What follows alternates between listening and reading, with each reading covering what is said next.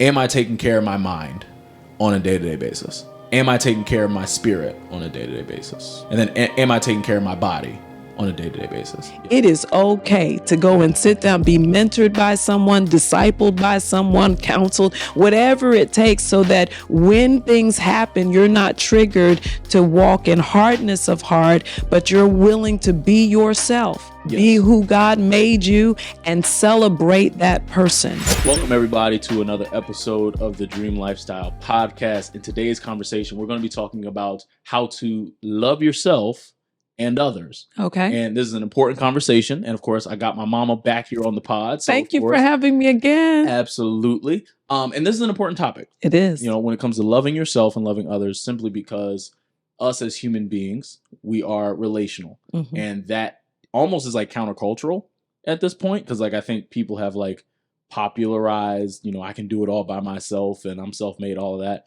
But ultimately, you need people. You do. But in addition to needing people, you also need to have the ability to take care of yourself and love yourself.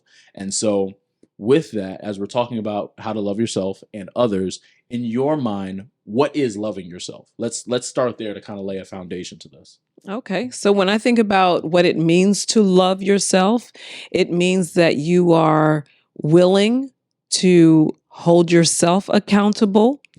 And you are willing to allow others to hold you accountable because you recognize who you are and you recognize what is in you that needs to come out of you for your good and for the good of purpose, whatever purpose is for your life, that you are fulfilling purpose. And because I'm coming from a Christian perspective, I'm talking about purpose as it relates to God's will for my life, that I cannot love myself if I keep ignoring what it is that He's called me to, because in the end, I will be accountable to Him. And so loving myself says, I'm going to make sure I am ready.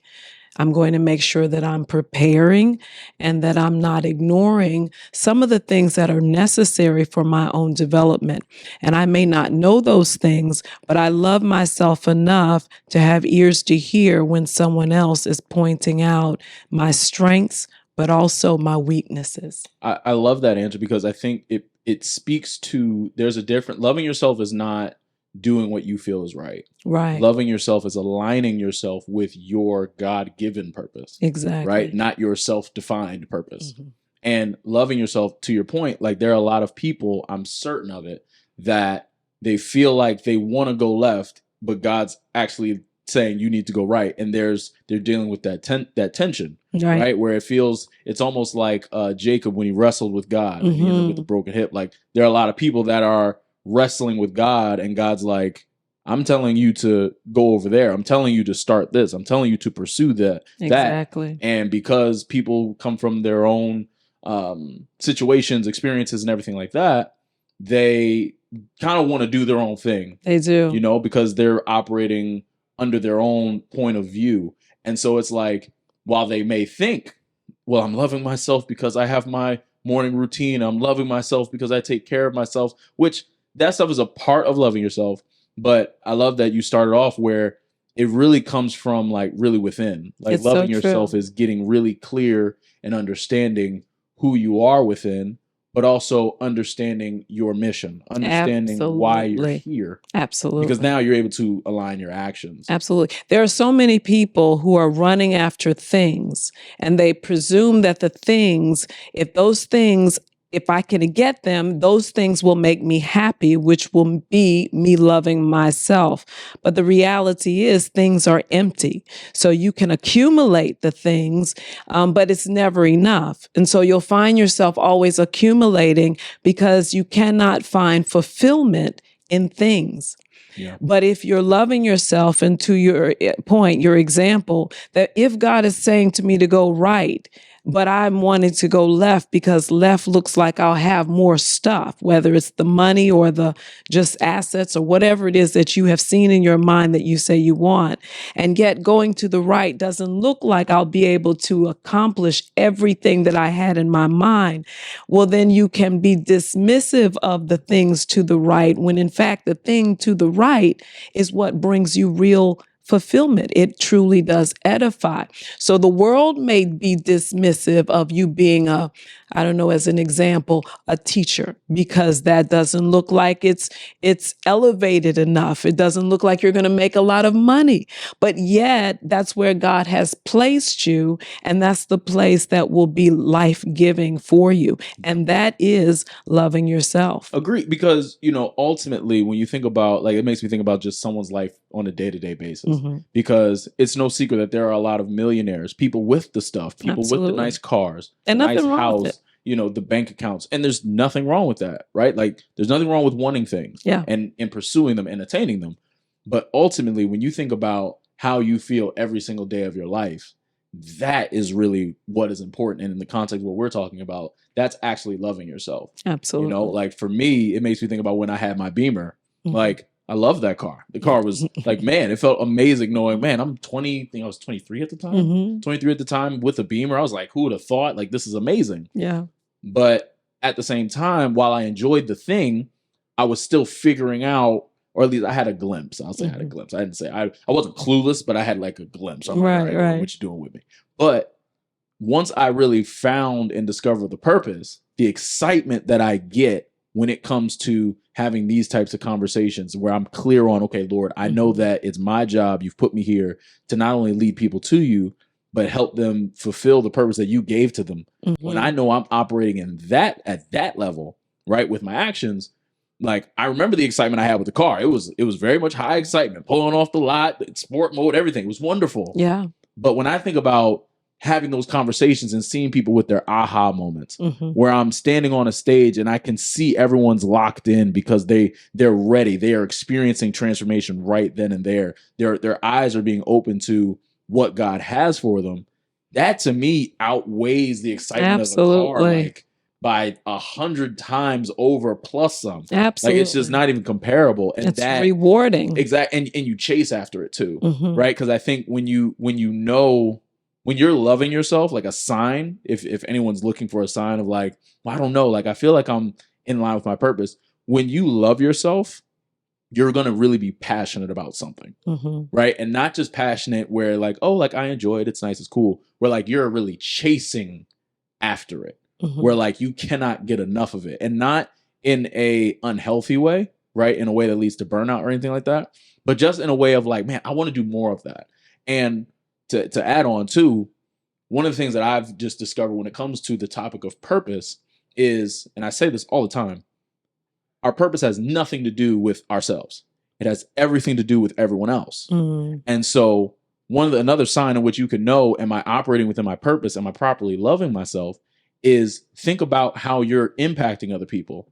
Think about if you're motivating other people. Think about if you're encouraging other people, if you're connecting other people, whatever it is, the outcome of you loving yourself should be impacting other people.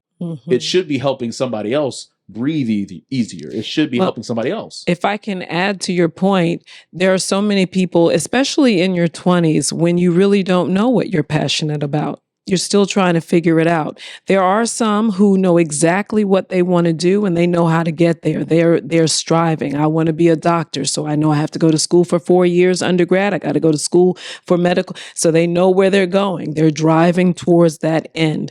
But then there are so many others who really don't know what it is that they're passionate about. They really don't know where to begin. And so the question of how do I love myself, I would love for us to kind of address that.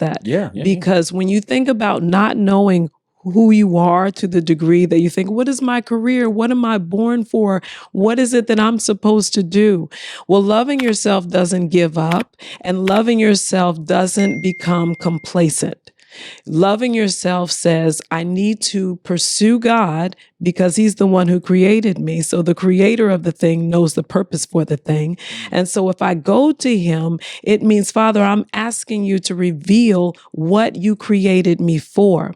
And then to your point, I begin giving of myself in ways that may not be comfortable in the beginning, but yet those opportunities to give, those are the things that kind of unveil the very thing that God had for you to do, which brings fulfillment. Absolutely. And even for the person that is experiencing discomfort, even as they're doing what you're doing, it makes me think about, of course, this wouldn't be a podcast about love if we didn't talk about 1 Corinthians. Was it 13, right? Yeah. So love is patient.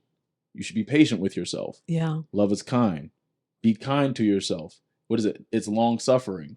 So that means whatever it is that you're pursuing as you're going through the process that you just talked about of giving to others while discovering yourself, as you discover whatever your purpose is, understand that you love it enough to suffer long for it. And what's another one? It's patient, kindness, long suffering, gentleness. Be gentle with yourself, right? So there's everything in that scripture, in the Bible is perfect. Faithfulness, yes. Right? Like you're faithful to it, even in the discomfort. Yeah. Like that's a true sign of faithfulness. When I can be uncomfortable, but because I have an understanding, or I have a glimpse, right? A glimpse of just what this thing could potentially be, not just for me, but for others.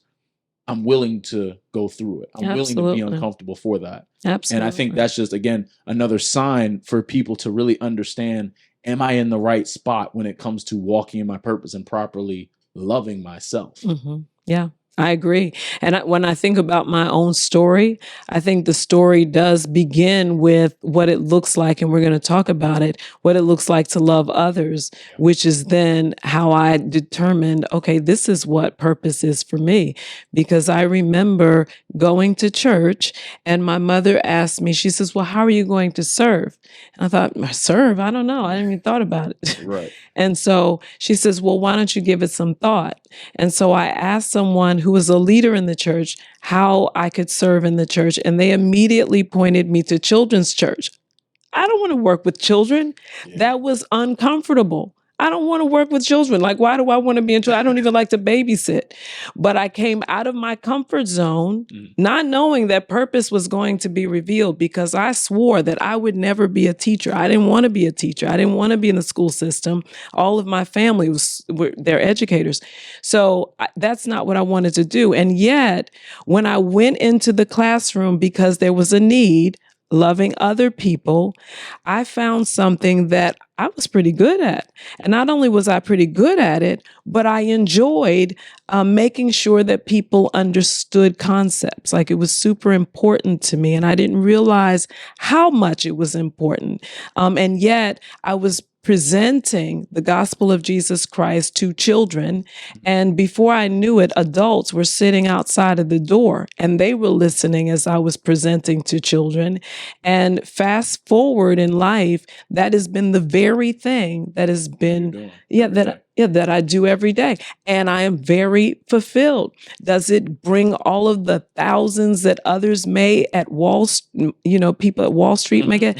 Maybe not. And maybe they are fulfilled. But if they're not doing what God told them to do, then it will feel like a rat race real quick, a hamster wheel, and you'll be miserable, and you'll be making the coins, as they say, but you'll be miserable, right? So the goal is really to identify what is purpose and know that you'll be asked to do something, because when you pray, God does answer. And so when he answers, that's usually the place that's uncomfortable, right? And so he's telling you, hey, I'm getting ready to show you what I have for you. So when someone asks you to come and unload a truck, you get in there because you're loving others. And in doing that, you'll find that your own purpose is revealed, so that you can then find out what it looks like to love yourself. Question: when you, in your story, right, you're serving at children's church, did you have an aha moment, like in real time, to the fact of, I really enjoy teaching people concepts? Or was this something that you discovered after the fact, like when you were already talking to the adults sitting outside and stuff like that? I think there was an unfolding. It wasn't an immediate epiphany of, I love teaching. I found it very rewarding. The very fact that adults were sitting there listening as well, it was affirming. It validated that I do have something to offer. So then I was curious to find out, I mean, is there more? And I think as life has progressed and just being in obedience, finding myself giving in another setting has just been the unfolding of it all. So I can't say that it was just in that moment that I said, yes, this is it. And I just love myself because I love teaching these little children. No, it was a slow movement that allowed me to just follow the opportunities, even if they were uncomfortable at times. But it was giving. That's good. Yeah. I think even kind of go back about the loving ourselves piece, because we talked about it from a spiritual standpoint. What does it look like for someone to love themselves on a more surface level, where it's not necessarily as deep? Because I think when it comes to loving yourself, I guess if we had to put it in simple terms, if I had to put it in simple terms, I would describe it as basically making decisions that improve or maintain your mind, body, or spirit. Yeah. And in addition to that, loving yourself also looks like being able to say no. Yeah. Because I could agree with especially that. When you're doing all of the giving, eventually you're gonna run out, right? Like I've heard it where every interaction you're either making a deposit or a withdrawal. So if you are, as we're talking about, yes, giving to others and impacting others, like that's important, but you almost want to make sure you understand your threshold of how much you can give. If you're looking for accountability, you need to check out the Dream Society. For $20 a month, you can join a community that will give you the support that you need and the accountability that you need to hit your goals every single week. And for $20 a month, it is the best investment that you will ever make in yourself. So I want you to go to dreamsociety.info right now to join, and let's get back to the episode. Or you don't want to overdraft your account, so to speak. Yeah. Right? And I think when it comes to loving yourself, in addition to discovering who you are, discovering your talents, discovering just your purpose, so that way you can be aligned in spirit, but also it's being able to say no to certain things. You might say no to opportunities, and that's where you deal with, listening to the Holy Spirit, discernment, and everything like that. But when it comes to loving yourself on a more day-to-day basis, I think if people made the decision to, again, align their decisions with that level of thinking of, okay, how am I, ask it like this, and this is more of a self-reflection question. Am I taking care of my mind on a day-to-day basis? Check the box, yes or no. Am I taking care of my spirit on a day-to-day basis? Check the box, yes or no. And then am I taking care of my body on a day-to-day basis? Yes or no. And I'll say this for the body piece specifically, that doesn't necessarily always mean going to the gym. That doesn't necessarily always mean working out. That speaks to what you're eating. That speaks to your environment. That speaks to how you're living. That, like, go down the list. But you should be able to know if you actually are being intentional with those areas. I'm working on my mind, right? Romans 12, be renewing of your mind, right? Because God will reveal his plan to you that way, if you read it in the New Living Translation. Or in the same way, mind, body. Am I taking care of my body? Like, if you're being intentional, you'll know, okay, I'm doing X, Y, Z, whatever fits you and your lifestyle interests, where you're at, whatever. And then also your spirit. And that's what you do with your prayer life. And even just, I'm starting to see more about ear gates and eye gates, that type of thing. But ultimately, what are you hearing? What are you seeing on a daily basis? Like, that all impacts your spirit in some way, shape, or form, right? Because faith comes by hearing, and hearing by the word of God. You know how that goes. But I do think loving yourself is something that more people should focus on, because I do believe two things. One, the reason why the world looks the way that it does is because people aren't as good as they used to be at forming real relationships. And that's why I think what we're talking about today is perfect, because ultimately, and not to be necessarily cliche and saying, well, you can't love anybody else unless you love yourself. But there's truth to that. Yeah, that's Bible. Like, I cannot give love if I don't have any to give. So one, it's taking care of mind, body, spirit, right? And just understanding who I am, understanding, okay, this is my lane in life. God's purpose for me, not the things that I want, Mm-hmm. but then to the second half of that is understand, how am I impacting others? How am I helping other people? And so transitioning into just more of the other people side of it, what does loving others look like for you? Yeah. So I want to start off a little bit from your first question of what it looks like to love myself. You said spirit, mind, and body. Yep. And so I really do think that it means that I'm going to be honest with myself. Yes. Like that's to your self-accountability point earlier. Yeah, I think you have to be honest with yourself. And in that honesty, therein, you end up finding that there are some strengths that I have. And I can appreciate my strengths. It doesn't mean that I go into pride, but I can celebrate. I'm pretty good at X, Y, and Z, and I don't have to apologize for it. And I don't have to ask you right. for affirmation or affirmation like that. Or validation, because I'm secure. I'm very clear. I'm clear that I'm loved. My parents love me. I'm very clear about who I am as a person. Yeah. And then I'm honest about some of my weaknesses. You know what? Big one. Yeah, I have to be honest with those weaknesses if I'm going to love myself well, because if I'm honest, then I can start making some corrections.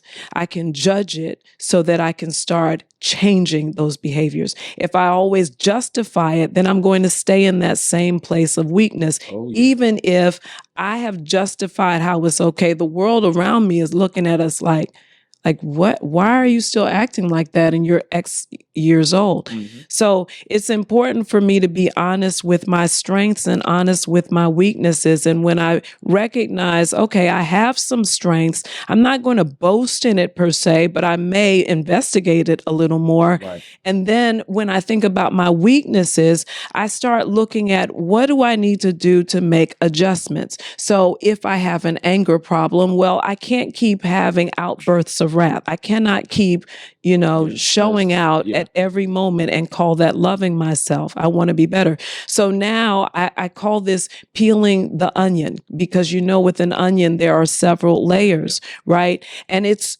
potent. The smell is potent. I mean, it's strong. And so you have to peel back those layers, because it can be mucky. Yeah.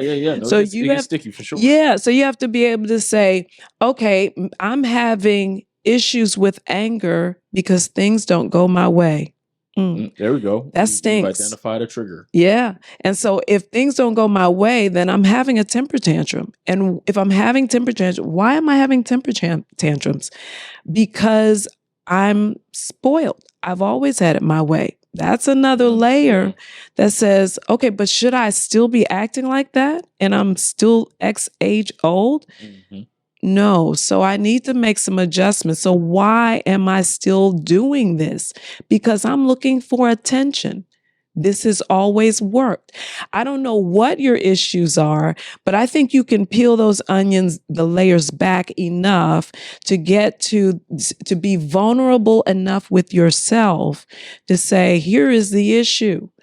I am lacking attention. I know I'm loved, but there's no one around me who's even noticing me. And I feel like if I'm not noticed, this is the only way they see me. Do you know what you want to accomplish in the new year, whether it be personally or professionally?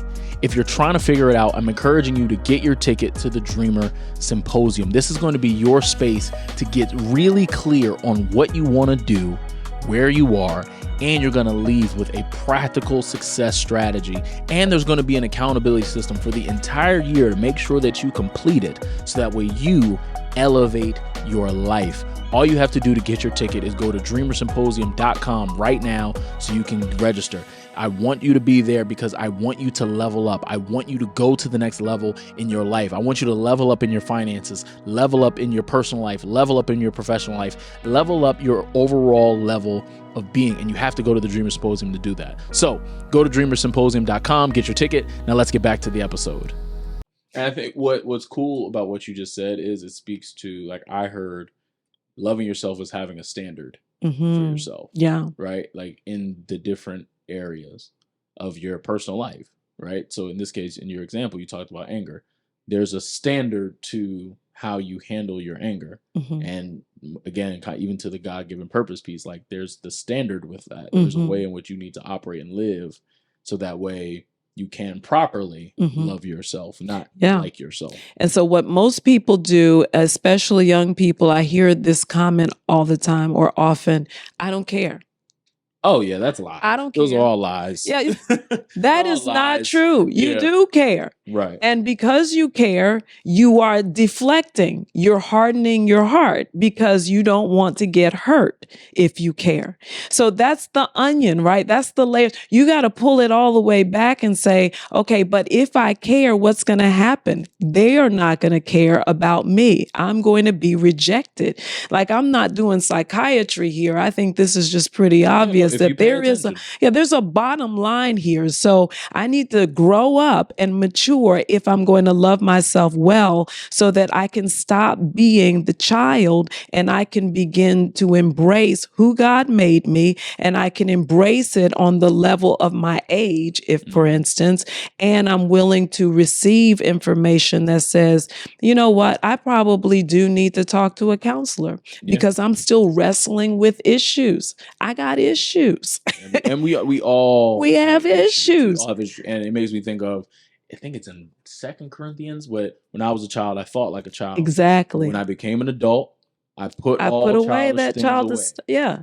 So if I'm not putting it away, love myself enough to recognize I am struggling here. So let me go and get help. And it's okay. Like, people need to hear that. It is okay to go and sit down, be mentored by someone, discipled by someone, counseled, whatever it takes, so that when things happen, you're not triggered to walk in hardness of heart, but you're willing to be yourself, be who God made you, and celebrate that person. Because they will give you the tools. Yeah. I think like that's the importance of going to counseling, getting a coach, mentor, whatever medium. If you go get help and get the right help, they're helping you think. They're helping how you think. They're equipping you with the tools, so that way, in our example, we're talking about anger, but so that way, whenever the trigger occurs, you now have the tool set to control yourself. Exactly. You have the tool set to love yourself and not behave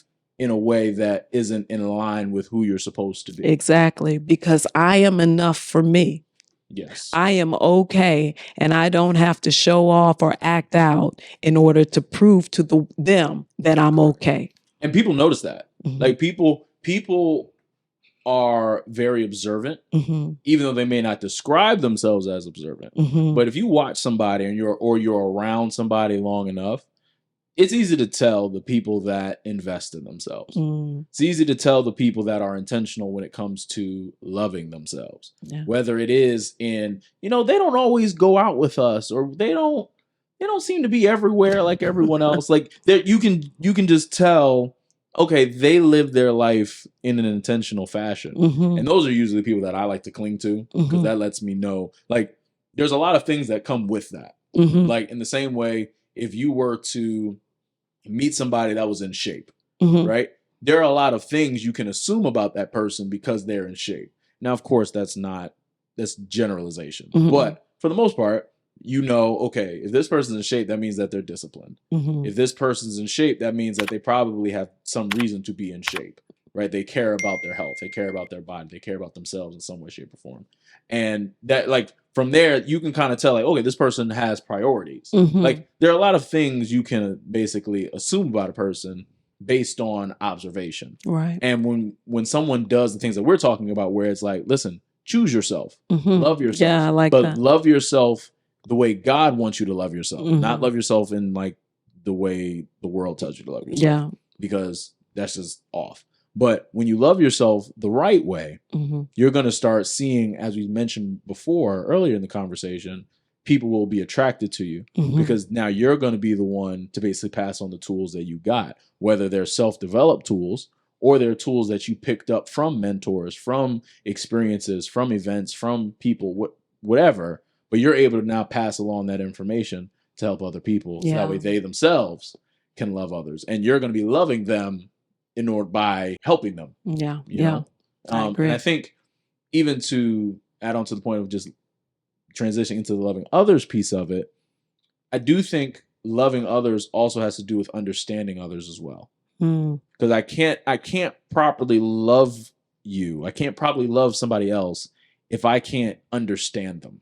Well, I have to be interested, right? Yes. I surely can't be callous and expect that I'm going to love them well. So loving someone, I have to hear who they are. What do they like? What don't they like? Yes. So that I can accommodate and I can choose. I can choose them because I'm choosing to love them. Absolutely. 'Cause one of the things that I've noticed that I learned, every human being wants acknowledgement and validation. Yeah.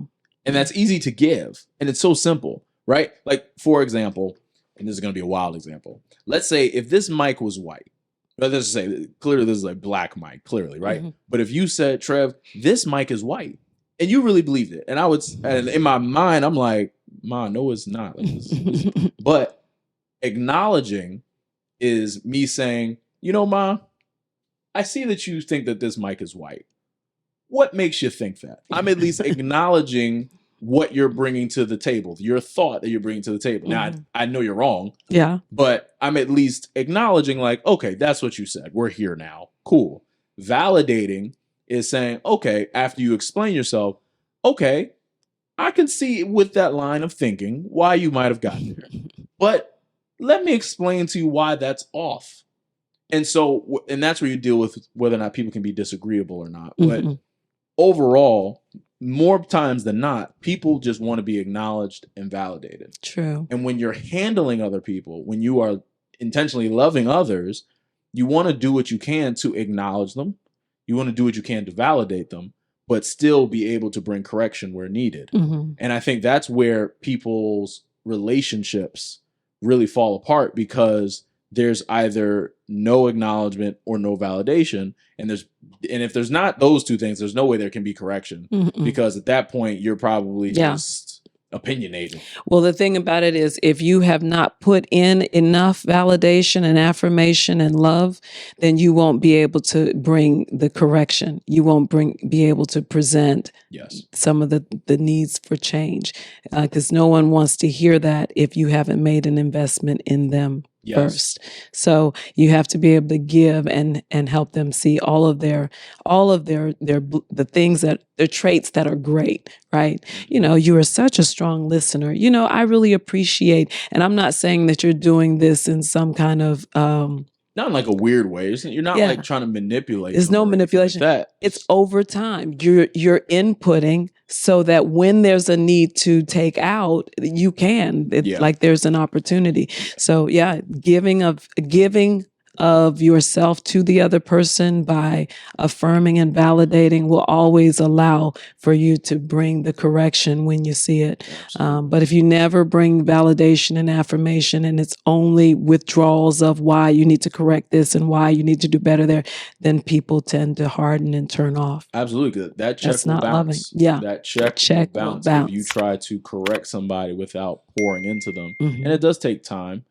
But it is also something that you have to be intentional with. Because they know that you love them. Absolutely. You care about them. You want to see what's good. So now I'm willing to let you show me or tell me what's not quite right. And that's also where you have to hold yourself to a standard like we talked about before. Mm-hmm. So that way they also view you as someone that can correct them. Mm-hmm. Because if I'm living my life any old kind of way, mm-hmm. and let's say the person that I love, I acknowledge them, I validate them, but my own life is off doing whatever, I still am not in a position to bring correction, because I'm just talking about stuff in theory. Mm-hmm. But when I'm actually living my life and loving myself properly, and I'm connected with somebody else that desires to love themselves, and I'm helping them and they're helping me in that transactional type of way, when it does come time for correction to be brought, they know, okay, they're only telling me something that they themselves would do. Mm-hmm. And it's like, it's not a question, mm-hmm. right? Like I know with you, when you tell somebody, listen, pray in the spirit for an hour,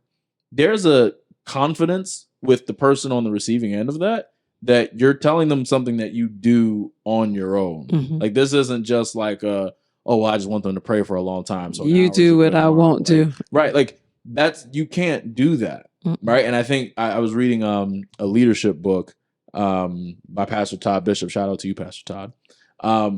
And one of the rules of it was you can never ask somebody to do something that you yourself are not willing to do. Right. And in that, when we're talking about loving others, right, there's it's almost like leadership, right? Just basically being a leader when it comes to other people. But with loving other people, it is about understanding them, acknowledging and validating them, correcting them, but also making sure that you're an example to them as well when it comes to loving them. Absolutely. Yeah. Absolutely. That's loving yourself as well, because like I said, in the end, you'll be accountable before God. And so I think that's a part of what a teacher's responsibility is. That he says in James that you don't want to be a teacher because you'll be judged more strictly. And I think that judgment is not just about what you're teaching, but are you doing what you're teaching? That's good. Because you can't, like you said, you can't tell everyone else what they need to do, but you yourself are not a partaker of the same information. That's so good. That's good. Well, do we have any other comments we want to make when it comes to loving ourselves or loving others? If not, I mean, listen, I hope that you guys got value out of this conversation, because as we stated before, you can't love anybody else until you love yourself. But loving yourself looks like actually taking care of your mind, your body, your spirit, and aligning yourself with your God-given purpose.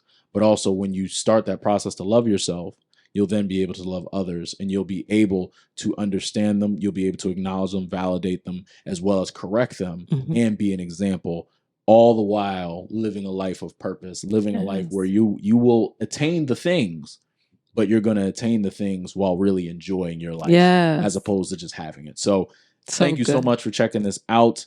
If you haven't heard by now, you should. December 16th, we're having the Dreamer Symposium, where we are going to get super clear on the what, the how, and the why to our goals in 2024 in a godly way, where you're going to be turning your ambition into action. So I look forward to seeing you there. The link is in the description below to sign up. It's going to be awesome. Washington, D.C. We're going bigger. We're going higher. But I appreciate you guys. Again, always remember your dream is possible as long as you're willing to work for it. As you prepare for next week's episode, go check out last week's episode, and I'll see you next week.